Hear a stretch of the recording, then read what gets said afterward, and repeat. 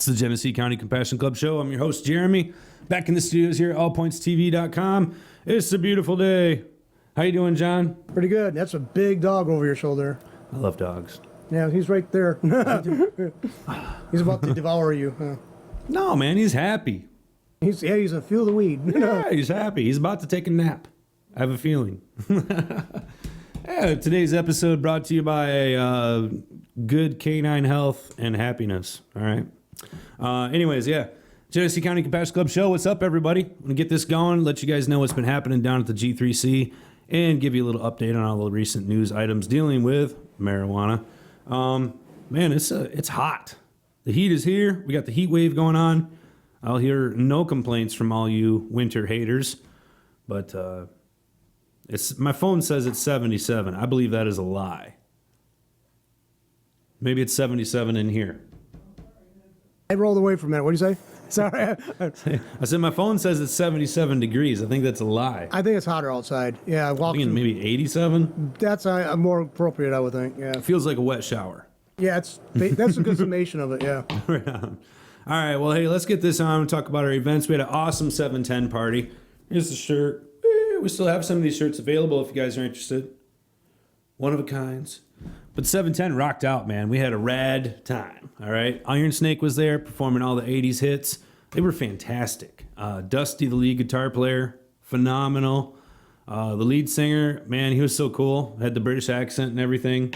John, you would have loved it, man. Yeah, so no, I would never want to come back out of the 80s, though. Yeah. Never want to come back out. Yeah, I didn't want to leave them the first time. We wanted to go back, let me tell you. I would go back in an instant. They brought it back. Oh, they're a fantastic band. We're really privileged to be able to have them at the G. Thank you very much, Iron Snake, for performing. You guys did an awesome job, and we'd love to have you back sometime, that's for sure. So, hope you guys are able to make it down to the G to catch that. It was a great performance. It played throughout the day, and that was a fantastic celebration. A lot of you guys got your ice cream. I know. Thank you very much to Mr. Scott. Your craftsmanship is amazing, and your stamina also should be noted because the ice cream man was busy. In fact, you had to have some relief pitchers, but they stepped in and got the job done, and you guys got your cream on. So good stuff. I know we had a lot of other fun stuff at the 710 party, prizes, games. Thank you for everyone that showed up and helped out. B-Dogs out in Davison, we love you, man. Every time you come out and feed us well with your wonderful, delicious hot dog selections. It's fantastic. We love it. And the fish, I heard the fish was great. I didn't get to have any. You guys ate it too quickly. So there's that. But I'm just kidding. We'll insert oinking sound here, right? Huh? A oinking sound, like a pig. Yeah. Yeah, they're too much of a piggish on it. Well, hey, when it's good, it's good. No kidding, man. You can't blame it. You snoozed, you come lost. in, you get your groove on, and next thing you know, you're hungry. You know what I'm saying? So you guys did that. Thank you very much. Staff, you guys rocked it. You did an awesome job. Kitchen staff, killing it. Food was fantastic. And I'm sure I'm forgetting other things, but awesome 710 party. Thank you very much. Always a great time down at the G, and all you had to do is be a member. So how freaking cool is that? All right, we do have other stuff coming up here. We got our Adopt a Highway. Oh, I do want to make mention, just yesterday we had our soup kitchen. So thank you very much for volunteers showing up, representing, helping us out.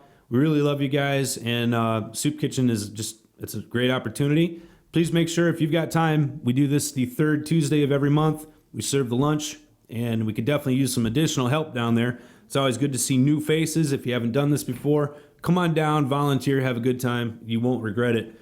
And you'll have another opportunity to volunteer, which is this Saturday. We're doing our second Adopt a Highway of the year on an M13.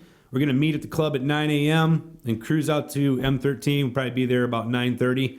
So if you just want to meet us out there, you certainly can. The crossroads are Beecher and Potter and on M13. So it's just north of Lennon out there if you haven't been out there before. But we could use you definitely 9:30, meet out there, or 9 o'clock at the club, and we can carpool. Adopt a Highway this Saturday.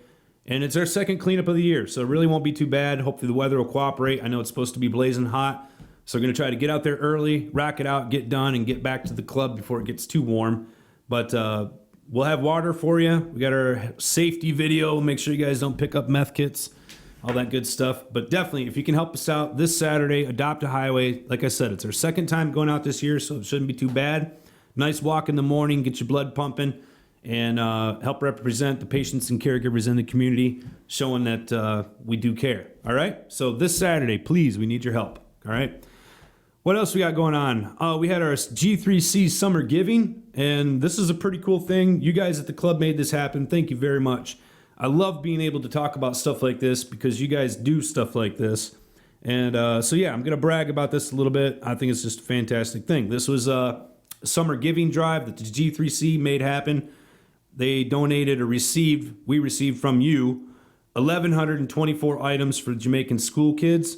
Those are going to get shipped out on Monday. And then also 65 care bags for women, helping women in Genesee County. And those are, if you check out our Facebook post, you can see this here, but they help provide 2 months of self-care and sanitary supplies, some other things as well. But at any rate, 2 different things that we did, that you guys did, that you made happen. And I'm so happy to be able to even talk about this. And the women's thing, it's truly fantastic. And the kids thing, man, that is so cool.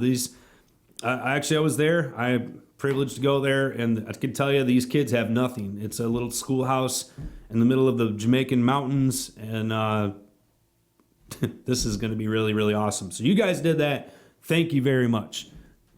You can't be cooler than that right there. You cannot. So you guys give yourself a pat on the back, an extra toke at the bowl, because you deserve it. All right? That's going on for the G3C. I know we've got some more events and fun things coming up. Get down there, all right? If you haven't been down to the G lately, now's the time. Our menu's kicking. We got some beautiful items there for you to try out as far as food goes. And there's always fun times at the G. So on top of air conditioning, hello. All right, what else we got going on here? In the news, let's talk about recent items that have been popping up here. We obviously had the Michigan recreational marijuana rules get rolled out just about, 2 weeks ago? So you can go to the Michigan's LARA website and read those for yourself, all 87 pages or whatever it is. But if you are interested, I would encourage you to go there and check those out for yourself. Don't take somebody else's word for it. You're perfectly capable of deciphering that information, all right? Other things in Michigan. We have a Michigan expungement bill that was introduced by a good Senator Jeff Irwin. Always speak highly of Mr. Irwin. He's been a strong supporter of not just the medical marijuana industry, but the recreational upcoming industry, and also has been supportive of patients and caregivers specifically. So always big thank you to Mr. Irwin for standing up for us. He introduced a new bill in Michigan to have marijuana crimes or convictions expunged from people's records. So this is a bill that he's introduced. Obviously, it needs to gain support and get passed. The governor and the attorney general both said they would be supportive of such a legislative action. The opposition party, the Republicans in the Michigan Senate and Senate and House, have said they'd be willing to work on this as well, as long as it's done correctly. So at any rate, it looks like this bill is going to gain a lot of support very quickly, and it makes perfect sense.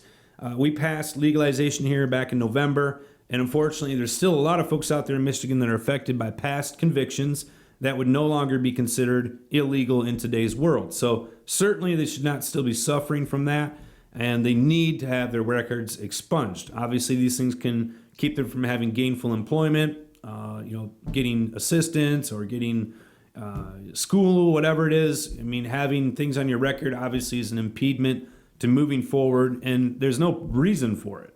I will say on a personal note, I'm a little shocked that it's taking a legislative bill to make this happen. It seems like it should automatically occur, and maybe our governor should be automatically stepping in and saying, hey, this makes sense, let's go ahead and do it. It's kind of like, I don't really have a metaphor to give you. Honestly, it's just too simple. I mean, we made something legal.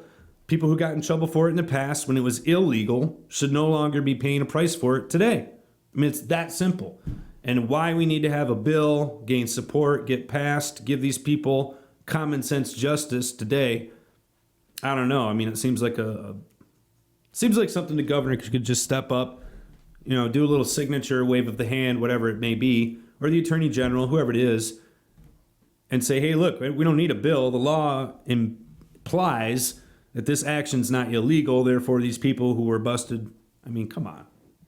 So I don't want to say don't support Senator Irwin's bill. I do. We need to support it. It needs to pass, and we need this bill to happen. I just think it's unnecessary. It seems like it could happen easier or on a different level. But at any rate, let's support this bill. I believe the bill number is 416.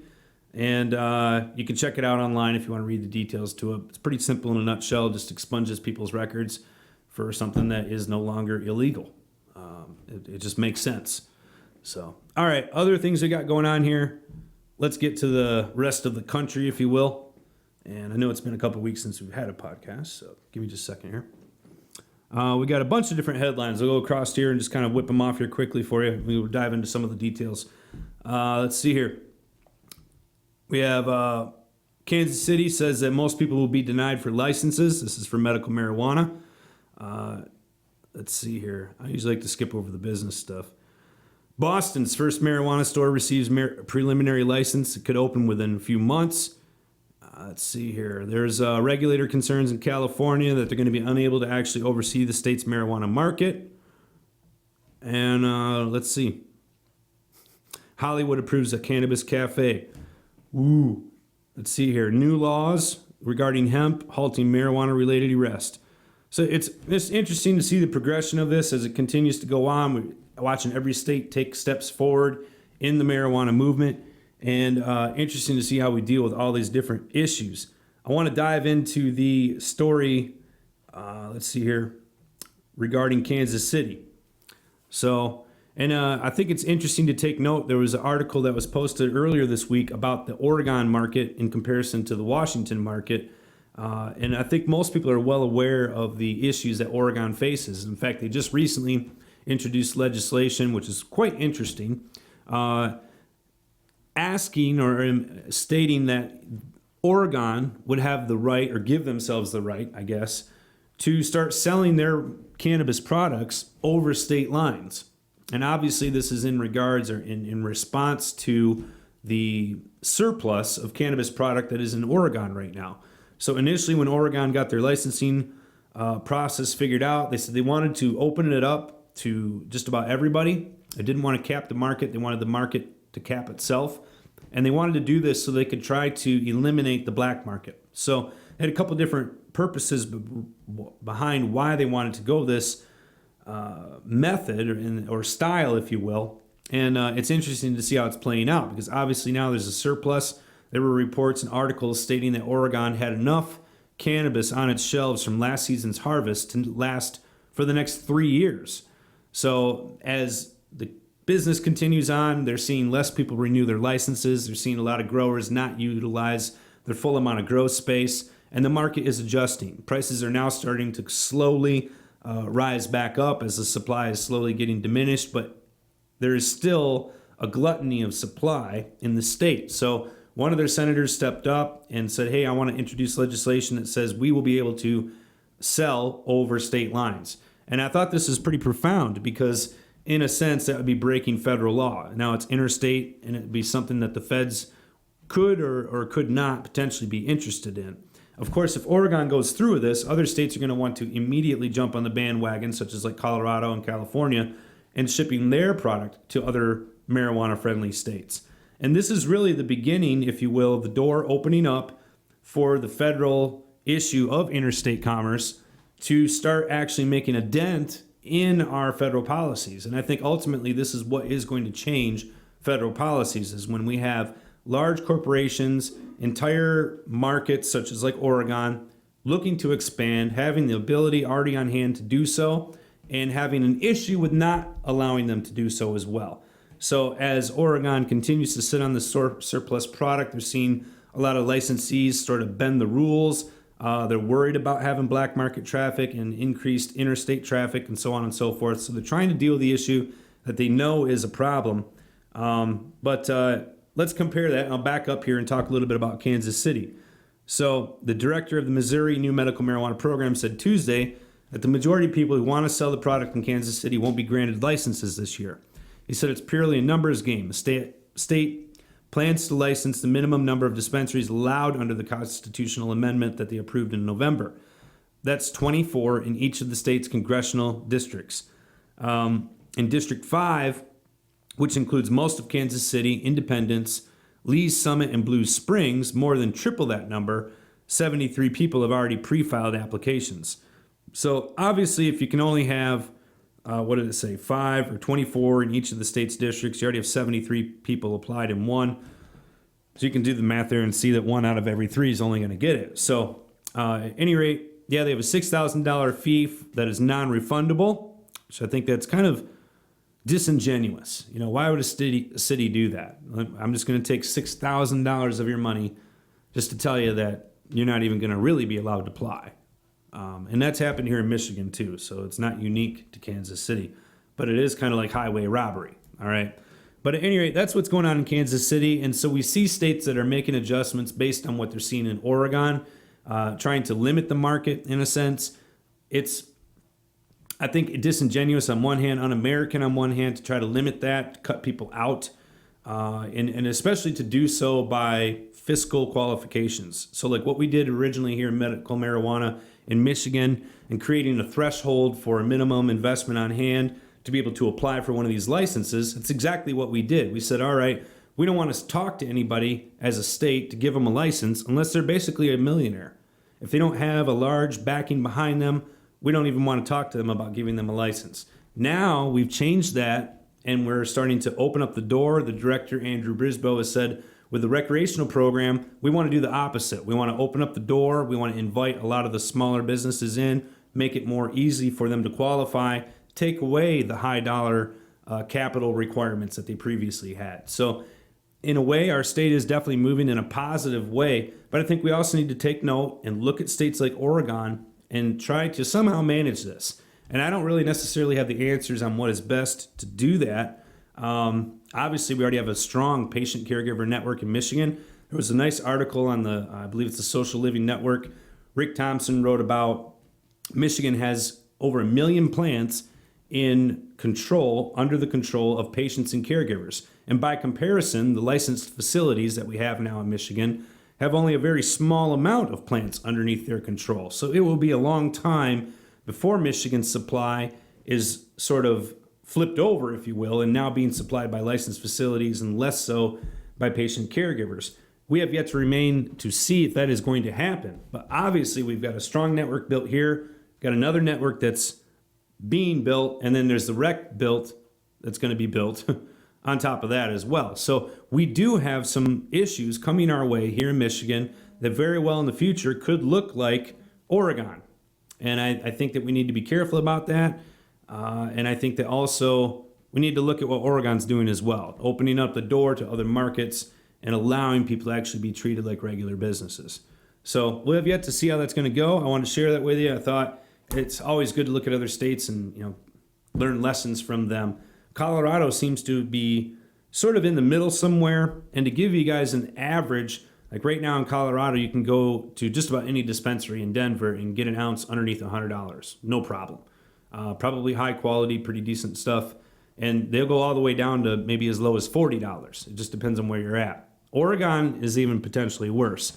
So as far as price points, and what I mean by worse is worse for caregivers or businesses where the price per ounce may be, you know, $50 on average, and below that maybe even less available. But at any rate, I guess it's how you look at it. For patients, that's a good thing, right? You get the best product, get the lowest price because there's so much competition. But in reality, we need to have healthy businesses, because businesses that are selling, you know, underneath a profitable level, they're not going to be around. They're going to end up closing because you obviously can't run by giving your stuff away or by running on a negative balance. It just doesn't work. But these are things to pay attention to. Definitely stuff to think about. And at least we have other people out there doing it ahead of us so we can see and learn from them. All right, let's see what else we got going on here. Snack sales grow with legal marijuana. There's a no-brainer. Let's see here. Another marijuana company is paying big to get in on the Illinois market, Chicago-based Grassroots Cannabis. A lot of these big companies getting in. Just heard recently from another source that I think it's called Planet 13, planning on moving to Michigan. They have the largest dispensary in Las Vegas. So definitely businesses popping up over left and right. And just be careful. All right, when I'm talking about investing or getting your hopes up or whatever, we could definitely see a dot-com bubble burst on this sooner than later. All right, so just watch your P's and Q's. Okay, let's see what else we got in the news. California County raids huge illegal marijuana grow. So I guess there's still illegal grows going on, even though it's legal. That's kind of how it goes. And other than that, I mean, I just wanted to see here. I know we've got some other events coming up. The High Times Cannabis Cup for Michigan's now been moved to Detroit. But I do understand there's going to be some new upcoming events going on at Auto City Speedway, which is where the Cup has been held previous years. So we'll be looking forward to seeing what those have. And I know we've got a few more festivals going on here in Michigan. And let's see what else we've got. Any other things? Oh, yeah, and you guys probably saw this online, too. Somebody planted 34 cannabis plants in the Vermont State House flower beds. Do we have any growing in our Michigan flower beds yet? I don't know yet. We should. We can't let them pass us by. No doubt. Yeah. All right, and a few days ago, Coast Guard busted a submarine carrying over $500 million worth of cocaine and weed. The CIA is going to be upset at them. All right.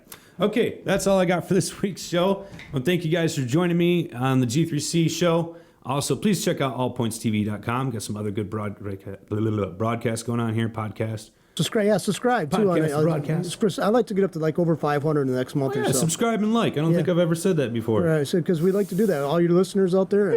Yeah. I mean, I'm gonna jump on the bandwagon. Subscribe and like. Yeah. I hate doing that, but I'd like to, people say you should pay for it to, to get it promoted. I hate doing that. We will not do that. We will not buy you. I want it organically created. You will not be bought. We will not be sold. But we can be rented, but no. Yes, we will be rented. All right, guys. Thanks for joining me this week. I definitely appreciate it. Be careful out there in the heat. Check your air conditioning units. I kid you not. If it's covered with cotton, you're going to pay. So get out there and clean them off. Make sure you watch out for that powdery mildew. It has been humid and it's getting worse. And smoke some weed. All right? Thanks for being with me this week. Guys, have a good one. Get down to the G.